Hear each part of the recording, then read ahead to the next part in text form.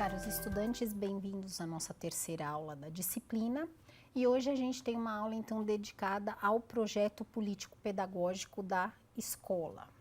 Então, vamos recordar um pouquinho sobre os níveis de organização do planejamento educacional. Então, a gente tem o nível mais abrangente, o nível escolar, curricular e de ensino, e onde a gente pode inserir o projeto político-pedagógico.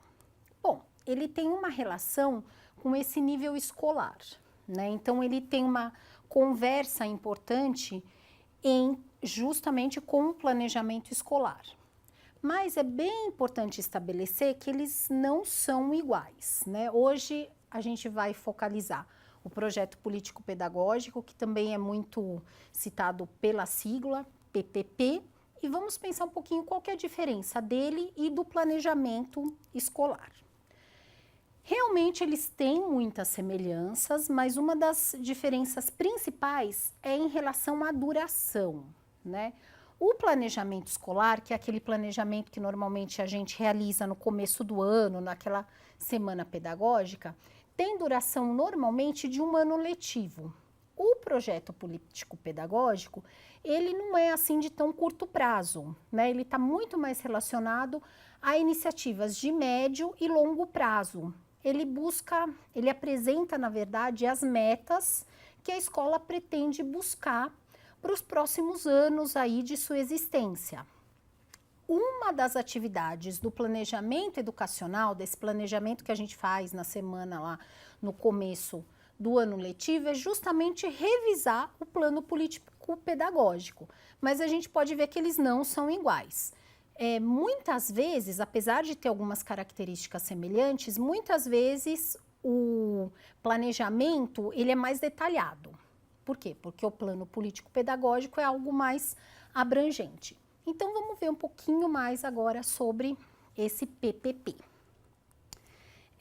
Primeira coisa que a gente tem que pensar ao desenvolver esse plano político-pedagógico da escola é tentar focar nesse questionamento, Então, por que e para que existe o espaço educativo? O que eu espero dessa escola? A partir do momento que eu consigo responder essa pergunta, que como vocês podem ver é abrangente, é complexa, Então, só para responder isso necessita de muita reflexão, muito planejamento mesmo. A gente vai partir aí para 3 braços importantes do que seria o projeto político-pedagógico. A proposta curricular propriamente dita, que a gente já falou um pouquinho de currículo na última aula, a formação dos professores e a gestão administrativa, que também é muito importante. Por quê? Porque é ela que vai dar condições para que o planejamento pedagógico realmente possa ser implementado. Um fato interessante é que o PPP passou a ser obrigatório para todas as escolas a partir da LDB de 1996. Então, hoje em dia, qualquer escola efetivamente tem que ter um projeto político-pedagógico. Nas atividades de estágio, que são comuns aí aos licenciandos, como vocês que estão se formando, uma das primeiras coisas que a gente pede é justamente para que o estagiário entre em contato com o projeto político-pedagógico da escola, porque ele já diz muito sobre essa instituição, se ele for realmente bem elaborado. Algumas características importantes. Ele tem que explicitar, justamente, características que se pretende construir nessa unidade escolar e qual a formação para quem ali estuda, ou seja, qual a formação esperada que a gente pretende para o estudante dessa escola. Para uma boa elaboração e implementação do plano político-pedagógico, é importante o envolvimento da equipe escolar e da comunidade. E é necessário que esses agentes enxerguem como transformar a sua realidade cotidiana. É para isso que o projeto político-pedagógico vai trabalhar. Se bem planejado, ele pode gerar mudanças no modo de agir de todos esses atores da escola e mesmo na comunidade na qual essa escola está inserida. Então, a gente tem mesmo que entender o projeto político-pedagógico como um movimento de entendimento e engajamento da comunidade escolar e da comunidade em geral na qual ela está inserida. O resultado de um planejamento realmente rico, onde o projeto político-pedagógico seja encampado por todos esses agentes, vai gerar certamente a melhoria no processo de aprendizagem.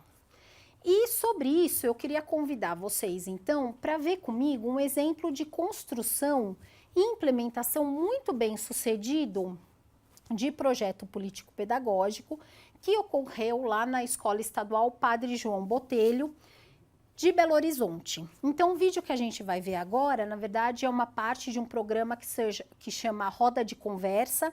Então, tem três partes desse programa sobre projeto político-pedagógico e essas três partes vão estar para vocês disponível totalmente lá no AVA, mas eu queria já chamar atenção para um trecho muito bonito que é justamente a reportagem sobre a implementação nessa escola. Vamos assistir juntos? Evasão escolar zero nas séries iniciais e menos de 5% nos anos finais do ensino fundamental. Uma das 30 escolas com melhor desempenho no PROEB. No IDEB, nota 6,8, atingindo a meta de 2021. Os bons resultados da Escola Estadual Padre João Botelho, em Belo Horizonte, têm explicação. Um projeto pedagógico bem estruturado. A gente vai trabalhar o projeto pedagógico em cima do que é potencial da escola, o que eu posso aproveitar do que eu tenho de real, as minhas parcerias, a cultura da minha comunidade, né? Então eu estabeleço ali o que é forte e faço o diagnóstico das fraquezas. Um projeto sem receita pronta. O projeto ele é flexível, ele não é um instrumento que tem que estar lá na minha gaveta ou só de consulta a estagiários. Ele tem que ser um instrumento vivo, um instrumento que você risca, que você percebe que aquilo não deu certo. A proposta da escola está registrada em um documento, mas não se limita a ele. A missão e as metas estão por todos os lados e a construção do projeto é coletiva. O projeto da escola dá liberdade para a gente criar. Toda e qualquer ideia nova, a direção da escola vem dar aquele apoio básico. Então, para nós, isso é fundamental. A gente se sente livre, ter asas para criar mais e mais. O projeto pedagógico da escola também prevê a busca por parcerias e incentiva o protagonismo. Leitura ao pé da árvore, grupo de dança, pais voluntários e uma orquestra infanto-juvenil são algumas das iniciativas. Fico com os meninos do recreio, fico com eles na sala, conto história. Me apaixonei, tanto que eu não abro mão desse serviço voluntário de jeito nenhum. É um diferencial. Aqui não é só aquela escola onde o professor entra dentro de sala de aula, passa a matéria e dá aula, não. Aqui a direção, a supervisora, a diretora, ela sabe o nome de cada aluno dessa escola. Ela sabe o problema de cada aluno dessa escola. Uma ferramenta eficaz, mas nem sempre de fácil aplicação. Os desafios são vários, né? Nós temos, por exemplo, dificuldade, por mais que a gente invente e crie formas de trazer os pais para a escola, às vezes os próprios professores ainda não têm o conhecimento do que é o projeto pedagógico e qual é a sua função. Então, todos terem conhecimento e trabalhar em função disso é difícil. Um esforço que vale a pena.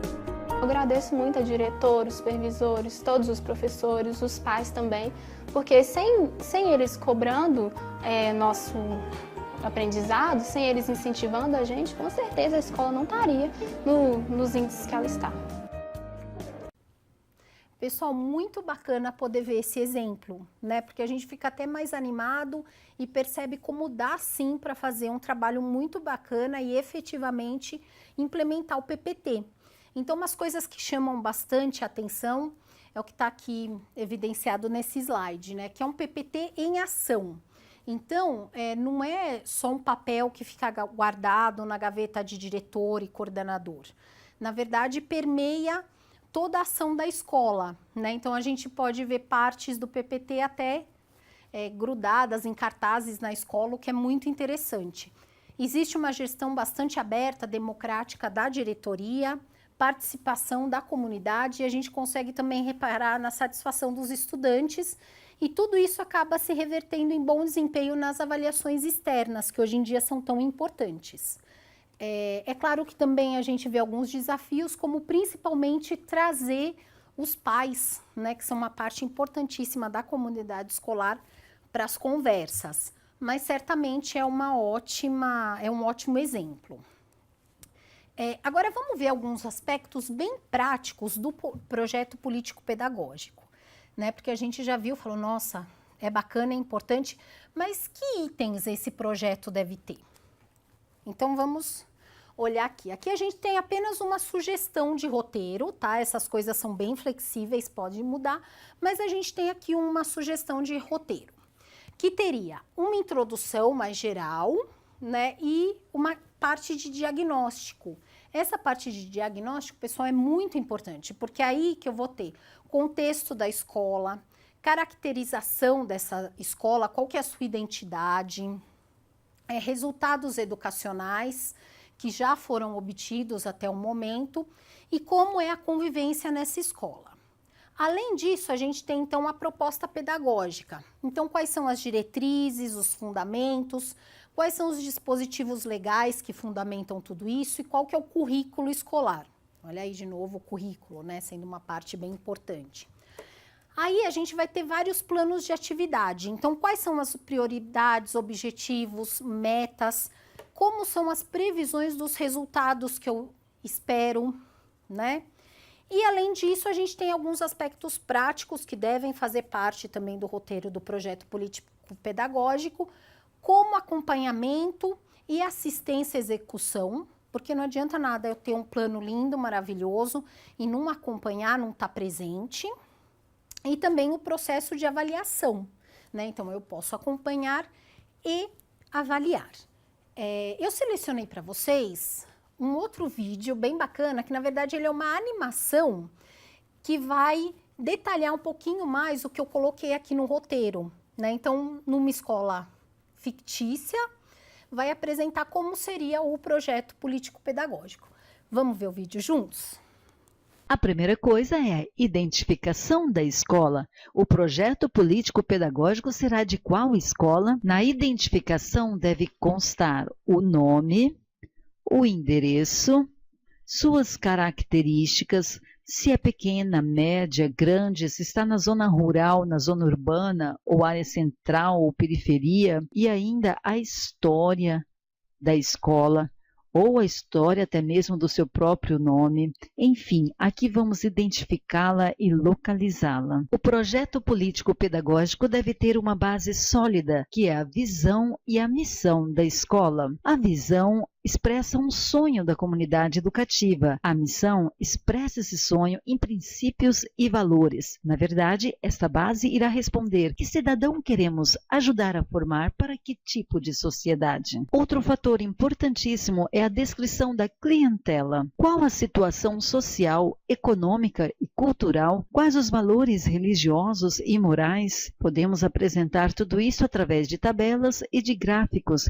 mostrando e realçando as características importantes da clientela da escola Sabedoria. Outro item é a estrutura organizacional. Deve-se descrever os órgãos, instituições ou setores que compõem a estrutura da escola, tais como direção, colegiado, associação de pais e mestres, grêmios e outros. E a descrição da estrutura do espaço físico, que é a caracterização da área construída, áreas livres, número de salas de aulas, salas administrativas, quadras para a educação física, biblioteca, cantina, cozinha, sanitários e assim por diante. Temos dois pilares essenciais na construção do projeto político-pedagógico. É a questão legal e a questão pedagógica. A questão legal envolve a Constituição Federal e as finalidades para a educação nacional, a Lei de Diretrizes e Bases da Educação e as finalidades para cada etapa escolar, bem como as diretrizes curriculares nacionais. Portanto, a Constituição A LDB e as diretrizes definem o rumo que devemos perseguir para alcançarmos uma realidade melhor para a educação. Na questão pedagógica, será proposto orientações sobre a relação professor-aluno e os fundamentos didático-pedagógicos do processo ensino-aprendizagem adotado pela escola. A fundamentação legal e pedagógica será refletida em cada nível de ensino da escola: educação infantil, ensino fundamental 1, ensino fundamental 2 e ensino médio, no caso aqui da escola Sabedoria. Lembrando que cada nível tem suas características próprias, portanto, sua justificativa, objetivos, metodologia, especificidades e avaliação. Os objetivos de cada disciplina e a organização da sequência dos conteúdos será a participação ativa dos professores, consultando sempre também os referenciais curriculares das secretarias estaduais e municipais, bem como os parâmetros curriculares nacionais. Agora que já temos uma visão panorâmica da escola Sabedoria,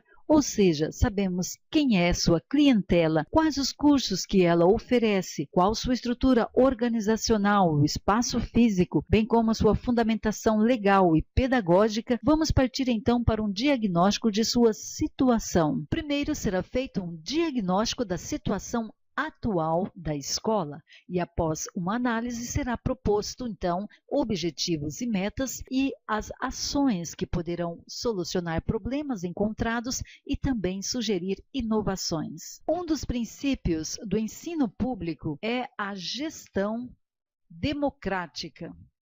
Nesta gestão democrática, a elaboração do projeto político-pedagógico tem a participação de todos. Há envolvimento da comunidade interna e também da comunidade externa. Isto quer dizer que pais, mães, alunos, alunas, professores e funcionários também assumem sua parte de responsabilidade pelo projeto da escola. Não é algo exclusivo da direção e coordenação. No diagnóstico, nós vamos estar identificando os pontos fortes da escola, bem como os problemas. E esses problemas podem ser observados através dos índices de evasão e repetência e também fazendo questionários com os alunos, entrevistando pais, realizando reuniões.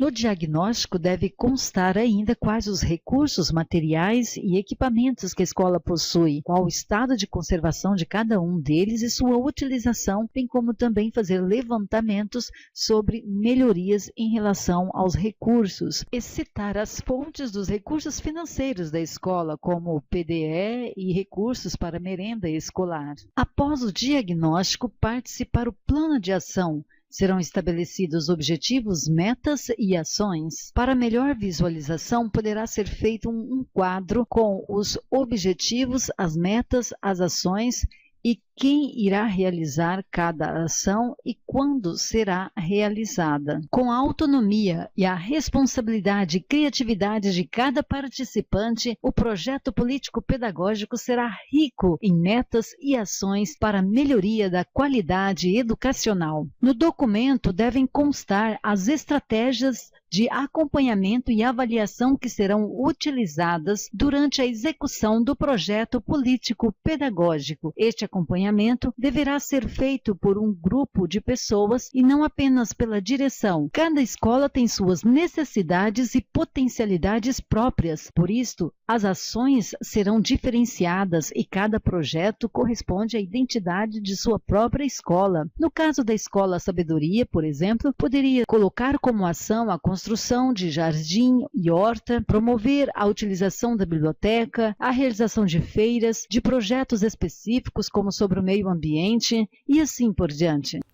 Pessoal, bem bacana, né, essa animação, porque mostra então todas essas etapas de construção e quais são os itens que a gente espera encontrar no projeto político-pedagógico. Então, espero que tenha sido útil para vocês e que vocês possam, inclusive, quando estiverem atuando, lembrar disso e usar como material de consulta. Bom, pessoal, então na aula de hoje, o que a gente abordou? Vamos fazer aqui nosso resumo tradicional de final de aula, né? Então, a gente abordou o projeto político-pedagógico e sua relação e diferença com o plano escolar. as características básicas que deve ter um projeto político-pedagógico, exemplo de construção e implementação bem-sucedida, e também pensamos numa sugestão de roteiro para esse projeto e vimos depois então uma animação que exemplifica um pouco melhor essa sugestão de roteiros. Espero que vocês tenham gostado da aula de hoje. Obrigada e até a próxima aula.